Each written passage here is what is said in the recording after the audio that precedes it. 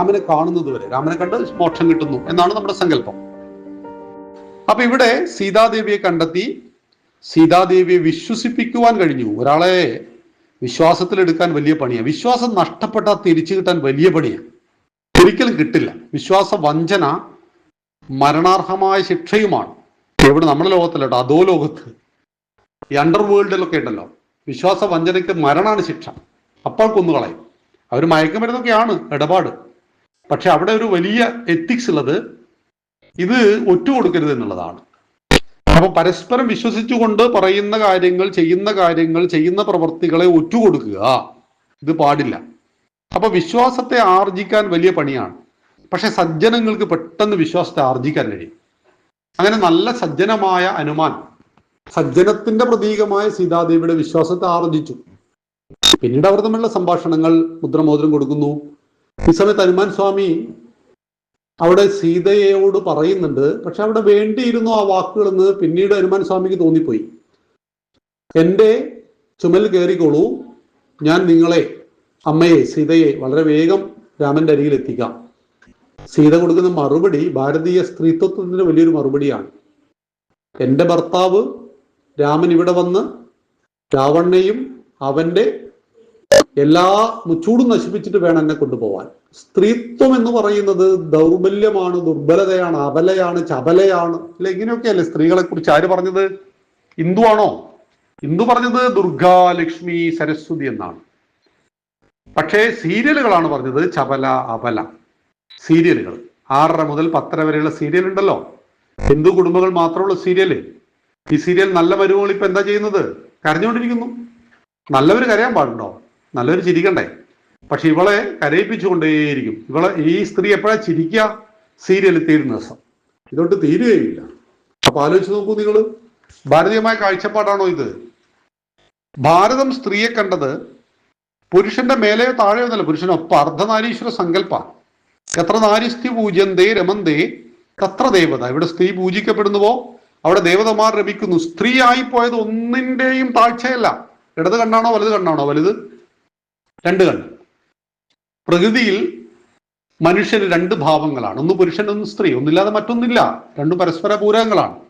സ്ത്രീ പുരുഷ സമത്വം, സ്ത്രീ പുരുഷ സ്വാതന്ത്ര്യം. ഞങ്ങൾക്ക് ശബരിമല കയറണം എന്ന് പറഞ്ഞ് വിപ്ലവം നടത്തിയ ഒരാളും KSRTC ബസ്സിൽ സ്ത്രീക്ക് സൗജന്യ യാത്ര എന്തിനാണെന്ന് ചോദിച്ചോ? ഇക്കൂട്ടത്തിലെ സ്ത്രീകൾ ആരെങ്കിലും ചോദിച്ചൊന്നും എനിക്കറിയില്ല കേട്ടോ. എന്താണ് അയോഗ്യത? KSRTCയിൽ സൗജന്യ യാത്ര തരുവാനുള്ള സ്ത്രീയുടെ അയോഗ്യത എന്താണ് എന്ന് മുഖ്യമന്ത്രിയോട് ആരെങ്കിലും ചോദിച്ചോ? OC ആയതുകൊണ്ട് കിട്ടട്ടെ എന്ന് കാണോ കരുതിയത്? ഇല്ലേ. നമ്മുടെ അന്തസ്സിന് ചേരാത്തൊരു പ്രവൃത്തിയല്ലേ അത്. ദാരിദ്ര്യക്ക് താഴെയുള്ള ഒരാൾക്ക് ഓക്കെ, നമുക്ക് മനസ്സിലാകാം. വികലാംഗനായിട്ടുള്ള ഒരു വ്യക്തിക്ക് നമുക്ക് മനസ്സിലാകാം. ഗർഭിണിയായ ഒരു സ്ത്രീക്ക് സൗജന്യ യാത്ര, അല്ലപ്പോൾ ഗർഭിണിയായതല്ല, അവശയായിട്ടുള്ള ഒരാൾക്ക് സൗജന്യ യാത്ര, നമുക്ക് മനസ്സിലാക്കാം. പക്ഷേ ഞങ്ങളുടെ നാട്ടിലെ ചില പ്രൊഫസേഴ്സ്, കലക്ടറേറ്റിൽ ജോലി ചെയ്യുന്ന ആളുകൾ രാവിലെ KSRTCക്കാണ് പോകുന്നത്. അവർക്ക് സൗജന്യ യാത്ര 40 രൂപ കൊടുക്കണ്ട, ഇങ്ങോട്ടും 80 രൂപ ദിവസം ലാഭമെന്ന് കഴിഞ്ഞ ദിവസം കലക്ടറേറ്റിൽ ജോലി ചെയ്യുന്ന ഒരു ലേഡി എന്നോട് പറഞ്ഞു. ഞാൻ ചോദിച്ചു, നിങ്ങൾ കൊടുത്താൽ വാങ്ങാനുള്ള ഓപ്ഷൻ ഇല്ല അതില്. പക്ഷെ ഒരു സ്ത്രീകൾ സമരം നടത്തിയ നമ്മൾ കണ്ടിട്ടില്ലേ? ശബരിമലക്ക് പോകാൻ വേണ്ടി സമരം നടത്തിയ പലരെയും നമ്മൾ കണ്ടിട്ടുണ്ട്. പക്ഷെ ഇതിന് സമരം നടത്തിയ എന്താണ് സ്ത്രീയുടെ പ്രോബ്ലം? നമ്മൾ ചിന്തിക്കുന്നില്ല. സ്ത്രീ ആയിപ്പോയി എന്ന ഒന്നിന്റെയും പരിമിതിയല്ല ഭാരതത്തിൽ. അതുകൊണ്ട് സ്ത്രീയുടെ അഭിമാനത്തെ വാനോളം ഉയർത്തിയ 16 സ്ത്രീ രത്നങ്ങളെ കുറിച്ച് നമ്മുടെ കുട്ടികളെ 10 വയസ്സിനുള്ളിൽ പഠിപ്പിക്കണം, പ്രത്യേകിച്ച് പെൺകുട്ടികളെ. അരുന്ധതി, അനസൂയ, സാവിത്രി, ജാനകി, സതി, ദ്രൗപദി, കണ്ണകി, ഗാർഗി, മീര, ദുർഗാവതി, ലക്ഷ്മി, അഹല്യ, ചെന്നമ്മ, രുദ്രമാമ്പ, നിവേദിത, ശാരദാദേവി, പ്രണമ്യ, മാതൃദേവത എന്ന് ഏകാത്മതാ സ്തോത്രം 16 സ്ത്രീരത്നങ്ങളെ കുറിച്ച് പറയുന്നുണ്ട്. എന്നിട്ടാണ് 100ഓളം പുരുഷന്മാരെ കുറിച്ച് പറയുന്നത്. ശ്രീരാമോ ഭരതകൃഷ്ണോ ഭീഷ്മോ ധർമ്മസ്തദാർജുന എന്ന് തുടങ്ങുന്ന ശ്ലോകം പിന്നീടാണ്. അപ്പൊ സ്ത്രീയായി പോയി എന്നത് ഒന്നിന്റെയും പരിമിതിയല്ല. എന്റെ ഭർത്താവ് ഇവരെല്ലാം കൊന്നിട്ട് വേണം എന്നെ തിരിച്ചു കൊണ്ടുപോകാൻ എന്ന് പ്രഖ്യാപിക്കുന്ന സീത. അങ്ങനെ ഹനുമാൻ സ്വാമി തിരിച്ചു പോകുന്നതിന് മുമ്പ് ദൂതന്റെ ശക്തി എന്താണെന്ന്, രാമനയച്ച ഒരു വാനര ദൂതന്റെ ശക്തി എന്താണെന്ന് രാവണനെ ബോധ്യപ്പെടുത്തുവാൻ ഒരു പരിശ്രമം നടത്തി. ആ പരിശ്രമത്തിൽ ലങ്കയുടെ കാൽഭാഗം നശിച്ചു പോയി എന്നാണ്. പണി കൊടുത്തു. നമ്മൾ പറയും 8ന്റെ പണി എന്നൊക്കെ പറയില്ല, അങ്ങനത്തെ പണിയാ കൊടുത്തത്. അങ്ങനെ തിരിച്ച് രാമന് കൊടുക്കുന്ന ഒരു സന്ദേശമുണ്ട്. കമ്മ്യൂണിക്കേഷൻ, ലോകത്തിലെ ബെസ്റ്റ് കമ്മ്യൂണിക്കേഷൻ. ചില ആളുകളോട് എന്നെ ഒരു പട്ടി അടിക്കാൻ വന്നു, ഇത്രേ പറയാനുള്ളൂ, പക്ഷെ അത് വിവരിച്ച് 1.5 മണിക്കൂർ എടുക്കും. അവസാനം പട്ടി അടിക്കാൻ വന്നു, ഇത്രയേ ഉള്ളൂ, കാര്യം ഇത്രയേ ഉള്ളൂ. പക്ഷെ അത് വളച്ച്, നമ്മൾ പറയുന്നത് വളഞ്ഞു മൂക്ക് പിടിക്കുക എന്നൊക്കെ പറഞ്ഞൊരു പ്രയോഗമുണ്ട്, ഇങ്ങനെയാണ്. പക്ഷെ ഹനുമാൻ കമ്മ്യൂണിക്കേഷൻ ചെയ്യുന്ന രീതി നോക്കൂ. കണ്ടു ഞാൻ സീതയെ, തീർന്നു. ഇപ്പൊ എന്തിനാ പോയത് ഹനുമാൻ? പറഞ്ഞത് സീതയെ കണ്ടെത്തുവാനാണ്. ഞാൻ സീതയെ കണ്ടു, കണ്ടില്ല. ഇത് നോക്കൂ, ഒരു ഗ്യാപ്പ് വന്നില്ലേ, 2-3 സെക്കൻഡ് ഗ്യാപ്പ് വന്നു. അവിടെ സീതക്കല്ല പ്രാധാന്യം, കണ്ടു എന്നതിനാണ് പ്രാധാന്യം.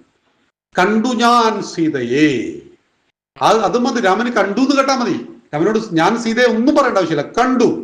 ഇപ്പൊ ആര് കാണാനാ പോയത്? കണ്ടു, അത് മാത്രം. അപ്പൊ കണ്ടു ഞാൻ സീതയെ എന്ന് പറയുന്ന ആ കമ്മ്യൂണിക്കേഷൻ. അങ്ങനെയാണ് സുന്ദരകാന്ഡം അവസാനിക്കുന്നത്. യുദ്ധകാന്ഡത്തിൽ വരുമ്പോ പിന്നെ രാമദൂതന്റെ പെർഫോമൻസ് ഏതാ? വലിയ മലകളൊക്കെ പൊരിച്ച് കൊണ്ടുവന്നിട്ടാണ് കടലിലിട്ടിട്ട്, പൊക്കി കൊണ്ടുവന്ന് കടലിലിട്ട് പാലം കെട്ടി അങ്ങോട്ട് ചെന്നു. ഈ ഒരു പ്രത്യേക അസ്ത്രമേറ്റ് രാമലക്ഷ്മണ ബോധം പോയപ്പോ ഈ മലയെടുക്കാൻ പോകുന്നുണ്ടല്ലോ, മലയെടുക്കാനല്ല സത്യത്തിന് പോയത് മരുന്നെടുക്കാനാണ്. അപ്പൊ മരുന്നിൽ കൺഫ്യൂഷൻ വന്നപ്പോ മല പറിച്ചു കൊണ്ടുവന്നു എന്ന് പറയുന്ന ഒരു സങ്കല്പം ഉണ്ടല്ലോ, അവിടെയാണ് സമഗ്രമായ വീക്ഷണം. അതായത് എന്നെ ഒരു ആവശ്യത്തിന് അയച്ചിരിക്കുകയാണ്, അത് രാമന്റെയും ലക്ഷ്മണന്റെയും ബോധം തിരിച്ചു കിട്ടുവാനുള്ള ദിവ്യമായ ഔഷധത്തിന് വേണ്ടിയാണ്. പക്ഷെ ഞാനൊരു വൈദ്യനല്ലാത്തതുകൊണ്ട് എനിക്ക് പരിമിതിയുണ്ട്. എന്റെ പരിമിതി ആ ഔഷധം ഏതെന്ന് തിരിച്ചറിയാൻ പറ്റുന്നില്ല. ഇതാണ് എന്റെ പരിമിതി. വൈദ്യന്റെ അപരിമിതി എന്ന് പറയുന്നത് ഏതാണ് പ്രയോഗിക്കേണ്ടതെന്ന് തിരിച്ചറിയുവാനുള്ള ശേഷി അദ്ദേഹം. അമന്ത്രമക്ഷരം നാസ്തി മൂലമനൌഷധം അയോഗ്യ പുരുഷോ നാസ്തി യോജകസ്തത്ര ദുർലഭ എന്ന് പറയുന്ന ഒരു ശ്ലോകമുണ്ട്. അതില് മന്ത്രശക്തി ഇല്ലാത്ത അക്ഷരങ്ങളില്ല, ഔഷധ ഗുണമില്ലാത്ത സസ്യങ്ങളില്ല, യോഗ്യതയില്ലാത്ത മനുഷ്യരുമില്ല. പക്ഷെ ഇതിനെ കണ്ടെത്തി സംയോജിപ്പിക്കുന്ന യോജകന്മാരാണ് കുറവായിട്ടുള്ളത്. അപ്പൊ നല്ലൊരു സംയോജകനായ വൈദ്യന് മരുന്നുകളെ കണ്ടെത്താൻ കഴിയും. പക്ഷെ ഈ മരുന്ന് ഹിമാലയത്തിലേ ഉള്ളൂ. അതുകൊണ്ടാണ് അത് തെരഞ്ഞെടുക്കുവാനുള്ള സ്വാതന്ത്ര്യം വൈദ്യനും എത്തിക്കുവാനുള്ള കടമയെ ഹനുമാൻ ഏറ്റെടുത്തു. ഹനുമാൻ എത്തിച്ചു. അപ്പോ വൈദ്യം പറയാണ് കുറെ മരുന്നെടുത്തുകൊണ്ട് ഇതൊന്നും അല്ല ഞാൻ ഉദ്ദേശിച്ചത്, ഇതല്ല വേണ്ടതെന്ന് പറഞ്ഞാൽ എത്ര പിന്നെ ഇങ്ങോട്ട് വരണം? ലങ്ക എവിടെയാ, ഹിമാലയം എവിടെയാ? ആലോചിച്ച് നോക്കൂ നിങ്ങൾ. അപ്പൊ അങ്ങനെ സമഗ്രമായ കർമ്മ പദ്ധതിയുടെ പേരാണ് ഹനുമാൻ. എത്ര സമഗ്രമായിരുന്നു ആ മലയും കൊണ്ട് അങ്ങോട്ട് ചെല്ലുന്നത്. നിങ്ങൾ ആവശ്യമുള്ളതൊക്കെ എടുത്തോളൂ, എല്ലാം എടുത്തതിന് ശേഷം മല കൊണ്ടുപോയി തിരിച്ചു വെച്ചു എന്നൊക്കെയാണ് നമ്മുടെ സങ്കല്പം. അങ്ങനെ അവിടെ യുദ്ധം വിജയിച്ചിട്ട് തിരിച്ച് നാട്ടിലേക്ക് വന്നപ്പോ രാമനെ ഉപേക്ഷിച്ചില്ല ഹനുമാൻ. അതുകൊണ്ട് ഹനുമാനെ പോലെ തന്നെ ശക്തിയുള്ള ആളായിരുന്നു ബാലിയും സുഗ്രീവനൊക്കെ. പക്ഷെ ഹിന്ദുക്കളായ നമ്മൾ എവിടെയും ബാലിക്കും സുഗ്രീവനുടെ അമ്പലം ഉണ്ടാകിയില്ല. തമ്മിൽ കലഹിച്ച് മരിച്ചുപോയ, അല്ലെങ്കിൽ തമ്മിൽ കലഹിച്ച് ഒരാൾ മരിച്ചുപോയി, മറ്റൊരാള് അങ്ങനെ വയസ്സായിട്ട് മരിച്ചുപോയി, അവര് നമ്മുടെ മെമ്മറിയിൽ പോലും ഇല്ല. സുഗ്രീവനും ബാലിക്കും എന്ന് പറയുമ്പോൾ കിഷ്കിന്ധ കാണ്ഡം, എങ്ങനെ മക്കൾ ജനിക്കാൻ പാടില്ലയോ അങ്ങനെ ജനിച്ചുപോയ 2 മക്കളെ കുറിച്ച് ഓർത്തിട്ടുള്ള കഥയാണത്. നമുക്കിപ്പോൾ വിസ്തരിക്കാൻ സമയമില്ല. എങ്ങനെയാണ് ബാലിയുടെ ജന്മം? നമ്മുടെ ഷോഡശ സംസ്കാരത്തിലെ 1-ാമത്തെ കാര്യം ഗർഭാധാനമാണ്. ഒരു സ്ത്രീ എപ്പം ഗർഭം ധരിക്കണം, എപ്പം ധരിക്കരുത്, ഇത് രണ്ടും നിർബന്ധം. എപ്പം ധരിക്കണം, എപ്പം ധരിക്കരുത്. എങ്ങനെ മക്കൾ പ്രൊഡക്റ്റ് ആവാം, എങ്ങനെ മക്കൾ ബൈ പ്രൊഡക്റ്റ് ആയി പോയി. പ്രൊഡക്റ്റും ബൈ പ്രൊഡക്റ്റും ഉണ്ട്. കുട്ടി വേണമെന്ന പ്രാർത്ഥനയിൽ ഉണ്ടാകുന്ന കുട്ടികളെ പ്രൊഡക്റ്റ് എന്നും, അബദ്ധവശാൽ ഉണ്ടാക്കപ്പെടുന്ന കുട്ടികളെ ബൈ പ്രൊഡക്റ്റും. അത് നമുക്ക് പിന്നീട് ചർച്ച ചെയ്യേണ്ട വിഷയമാണ്. അപ്പൊ അങ്ങനെ ബാലിയും സുഗ്രീവനും ബൈ പ്രൊഡക്റ്റുകളായിരുന്നു. എന്നാൽ പ്രൊഡക്റ്റായിരുന്നു ഹനുമാൻ. അഞ്ജനാദേവിയുടെ പ്രാർത്ഥനയിൽ നിന്നുണ്ടായ കുട്ടി. അവന്റെ കർമ്മം, അവന്റെ വാക്കുകളെല്ലാം തന്നെ രാമനുമായി ബന്ധപ്പെട്ടാണ്. അതുകൊണ്ട് തന്നെ രാമനെ, ഹൃദയം പുലർന്ന് രാമനെ കാണിക്കുന്ന ഒരു രംഗമുണ്ടല്ലോ, അതായത് ഹൃദയത്തിൽ പ്രതിഷ്ഠിക്കുക. എല്ലാ ബന്ധങ്ങളെയും നമ്മൾ ഹൃദയത്തിൽ പ്രതിഷ്ഠിക്കണം.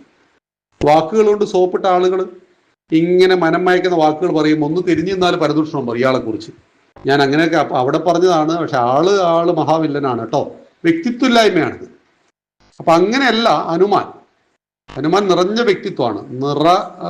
വളരെ നിറവോടുകൂടി രാമനെ ഹൃദയത്തിൽ പ്രതിഷ്ഠിച്ച രാമദൂതനെ കുറിച്ച് കടല് സാഗരം ചാടിക്കടന്ന് സീതയെ കണ്ടെത്തി സീതാദേവിയിൽ നിന്ന് മുദ്രമോതിരം വാങ്ങി സീതയെ വീണ്ടെടുക്കുവാനുള്ള മഹായുദ്ധത്തിൽ പങ്കാളികളായി ആയിരക്കണക്കിന് രാക്ഷസന്മാരെ യമപുരിക്കയച്ച് രാവണനെ നിഗ്രഹിക്കുവാനുള്ള സകല വഴികളും തുറന്നു കൊടുത്തു.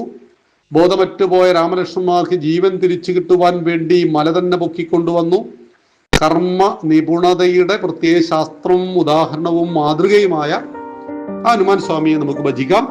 നന്ദി, നമസ്കാരം. ശ്രീരാമചന്ദ്രൻ വിജയിക്കട്ടെ.